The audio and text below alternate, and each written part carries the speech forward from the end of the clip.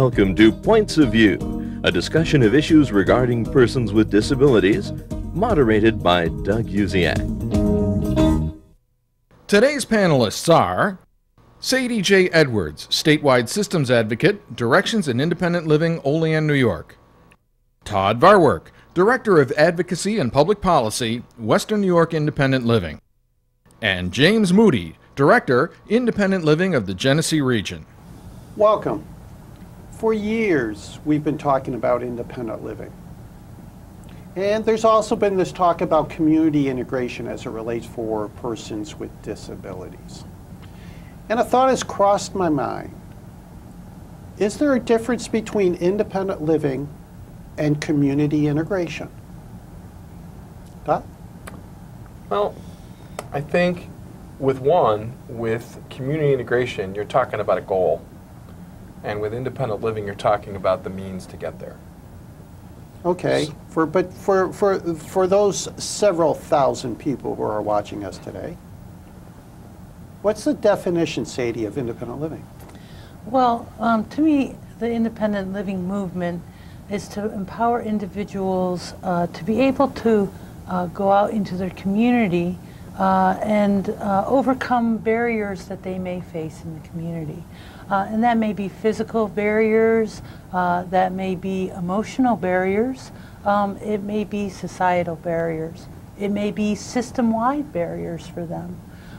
But the independent living movement is to empower each individual to go out and live to the fullest in the community that they choose to live in. Now, how does that differ from community integration, Jim? Well, community integration, we talked earlier together as a group about deinstitutionalization, if you will, but community integration is really affording people the opportunity to be integrated into society as they choose. And sometimes the as they choose part gets lost because we look at getting folks out of institutions, whatever the institution may look like, and back into the community. Well, that may not always be the choice of the individual. So it really does struggle a little bit between the independent living piece of it and community integration. So Todd, over the years, we have seen Americans with Disabilities Act say, you know, you need to become accessible, provide reasonable accommodations so people with disabilities can have equal opportunity for employment. We're looking at supports and things that have to be done for local and state governments to eliminate those barriers. We're looking at areas of public accommodations, football stadiums, mom and pop grocery stores, department stores, eliminating architectural barriers so that people with mobility impairments, sensory impairments, hearing impairments, and what have you, be able to interact with those freely and openly. So why is there a problem? Or are there problems? Of course there are problems. I mean, the ADA was passed in 1990 to be effective in 1981. It's 23 years later, and we still have substantial difficulties with people with disabilities getting the rights that they're entitled to under the ADA. So, is it or isn't working? Is the Americans with Disabilities Act not working? Are we not seeing people with disabilities not becoming part of the community? From an architectural standpoint, I think you're going to see, I think if you look around, you'll see some major changes. Architecturally, I think we've had some successes. It's those attitudinal and systemic barriers that we seem to face, because from the perspective of a lot of folks with relation to the ADA, it doesn't apply to them. The ADA is only about getting ramps on buildings, something that the ADA technically does not require. They don't look at it as a bill that's meant to allow us to be able to exercise our right to life, liberty, and the pursuit of happiness. The ADA actually provided the framework, Doug, of the opportunities for people with disabilities, but it's up to the people with disabilities to actually push the opportunities to make them happen and make them real for the individual and to create that consumer choice. And to hold the communities accountable. And to answer your question, it's a work in progress.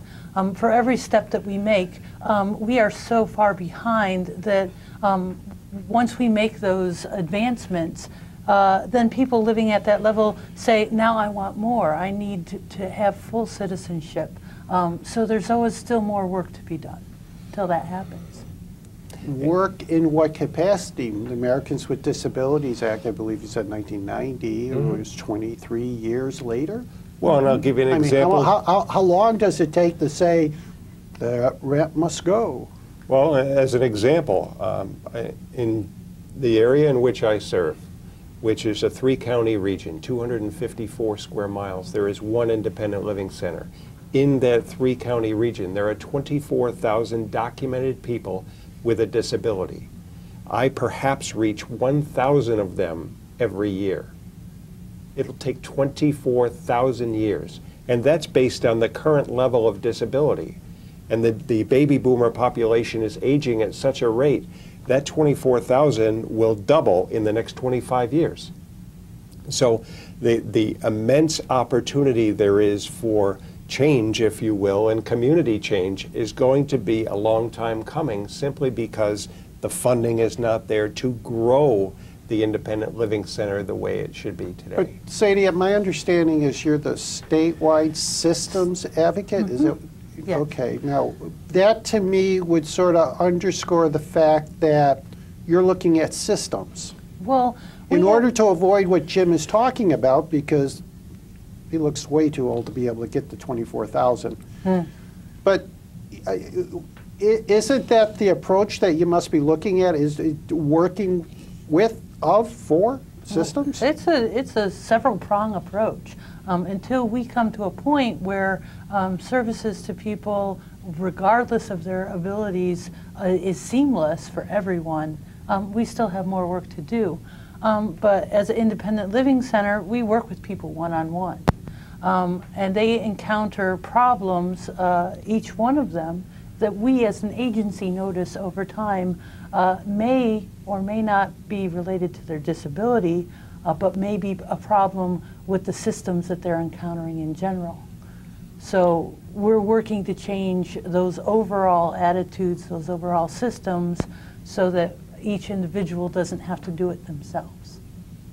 You're talking about the systems and the approach of the systems. You know, how receptive are those systems, Jim or Todd or Sadie, to the fact that you're saying, hey, we want to talk to you about something? Well, there's several different things. It's, you know, we could talk to them about the fact that it will save the state money to move people out of institutions and utilize the independent living centers. There's different approaches with different responses. Okay. Politicians A lot like of to it save is money. Well, we're going to have to take a break right here, and we'll return. And when we talk about those systems, there's also a short video that I want to share with all of you. I'll see you in about a minute. Today, people with disabilities are participating fully in the social and economic life of New York State. In large measure, this is true because of the work of an independent living center in your community. The New York State Independent Living Council is dedicated to promoting the independent living philosophy and to facilitating access to independent living services. For more information on the council or about your nearest independent living center, call toll-free 1-888-469-7452. Are you looking for new ideas to help you sell? Need a presentation that must compel? Have a message you wish to dispel? Or an important story you need to tell? Are you exploring new ways to communicate, to motivate, to educate, or demonstrate? Or are you searching for creative concepts to help you entertain, promote your brand name, to effectively train, or launch a new web domain name? Then focus on Creative Concept Studios and see the possibilities. Welcome back. I have a video of, to say the least, some disturbing situation that occurred with a couple systems. There's a law enforcement system and there's the transportation system. And we're going to show that video. When we get back, I'm going to get my panel's reaction to that.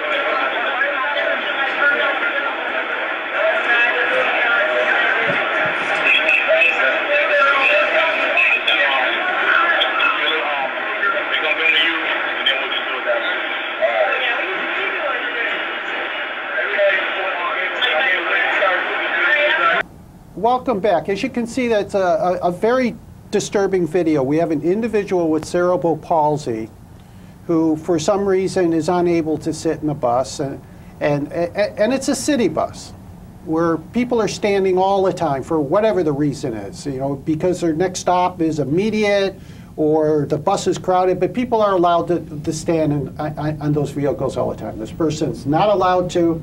He has a disability. He talks about a problem he has. The transportation system does something, ends up calling the police, and as you can see, as a result of that, he's teased, he's dragged, and he's thrown off the bus. He's tased. Tased. Sorry. Taser. I don't know. Anyways, it didn't look comfortable to me. So we talked about community integration, people with disabilities getting it, but this opens up a whole different avenue of communication about and for persons with disabilities, Todd. Absolutely. This is the reason why, this is the segment in our movement where we are struggling. This is the reason why independent living centers and the community work they do are so critically important, because there were two systemic failures here. The first was the bus driver didn't recognize a reasonable accommodation when he saw one, and didn't provide the guy what Title 2 and 3, it being a public transportation bus, would require that he provide in order for that guy to safely ride. And then is what the police did when the police responded. But since the Americans with Disabilities Act, Sadie, are not the various public entities here, we're talking about two public systems, are they not being introduced to situations regarding people with disabilities, you know, wholesalely? I know this isn't your town, you can't speak to it specifically, but isn't there a flat book that covers issues of people with disabilities? Well, and that's one of the issues. As we've mentioned, it's been several decades, but there's clearly a system breakdown here, and perhaps providing more training would alleviate some of this situation, and more understanding in overall society. You know, we will look specifically at these two systems, and they will be held accountable for this incident. But this is not an isolated incident. Jim, what's your reaction to this? You know, granted, there is a systems element, no question. But I also saw a human element that was missing. Mm-hmm. You know, we can teach to our heart's content. We can lay out the American with Disabilities Act, we can talk about the law, we can talk about what should and shouldn't be, but there was a complete lack of human element in this process on the clip that we saw. And that's what disturbed me the most. Okay, we're going to take a break here, and when we get back, we're going to talk about what is it that independent living can do to eliminate some of these community integration disturbances. See you in a minute. Today, people with disabilities are participating fully in the social and economic life of New York State. In large measure, this is true because of the work of an independent living center in your community. The New York State Independent Living Council is dedicated to promoting the independent living philosophy and to facilitating access to independent living services. For more information on the council or about your nearest independent living center, call toll-free 1-888-469-7452. Are you looking for new ideas to help you sell? Need a presentation that must compel? Have a message you wish to dispel? Or an important story you need to tell? Are you exploring new ways to communicate, to motivate, to educate, or demonstrate? Or are you searching for creative concepts to help you entertain, promote your brand name, to effectively train, or launch a new web domain name? Then focus on Creative Concept Studios and see the possibilities. Welcome back. Right before the break, we saw a video. And we saw a video of an individual who was treated sort of roughly for probably the crime that he committed, assuming he committed a crime. I think sort of roughly is kind of mild. I think it was really, really horrible. And not only horrible for the incident that occurred, but my follow-up with that particular clip is that there wasn't some immediate action taken by the system to change something about it. And there hasn't been since then, to my knowledge, and that's what's so horrible about it. And that's what leads to why the work of independent living centers is so important, because this is the stuff we battle every day. Well, this is what I was going to ask, is this type of reaction by the system to people with disabilities 23 years later after the ADA? Mm-hmm. You know, 1965, that's too many years for me to count, but, you know, that's like 40, 50, I don't know. But the fact that we're talking about a person with disabilities was treated this way, the fact is a citizen was treated this way and it wasn't necessary. Is this indicative of the situation we're seeing towards the resentment of persons with disabilities coming into the community to participate? Doug, I can say the clip shocks me, but it doesn't surprise me. Why doesn't it surprise you? Well, because we fight attitudinal barriers with systems that think that they're not accountable. We fight barriers with government entities who will say to me, well, we'll provide you access just as soon as we get the money to afford it. True, but I believe that this particular incident, which we saw, was maybe the icing on the cake. Mm-hmm. You know, I don't know if every action would be taken in this manner and every non-action would be taken in the manner that it was not taken when the clip ended. Is this an issue because it was caught on film? Or is this an issue that people experience in their daily life and the only result of it is their own frustration? And that's what we're looking at as independent living centers, is that this goes on, you know. You see this going on every day. Mm-hmm. Yes. This is all over, not just in this one city. Not as blatant and not on film. And this caught on film. But it does happen. I'm not talking about on film, but you as people with disabilities, you as individuals who work with people with disabilities, you know for a fact that we have systems in this country that today continue to meet people with disabilities in a rough, crude, inhuman way. Well, and look at law enforcement. These people, they have a very hard job to do, but they also need the tools to do their job right. And when they lack an understanding about people because they are different, that in their job is going to lead to disastrous results. People being shot because they were deaf and could not respond. People who are not understanding the commands that they are given. These failures to communicate are happening on a system-wide basis. It just, my feeling through this, though, as I watched it, was this was blatant. And the reason it was blatant is because the particular gentleman in question asked a question.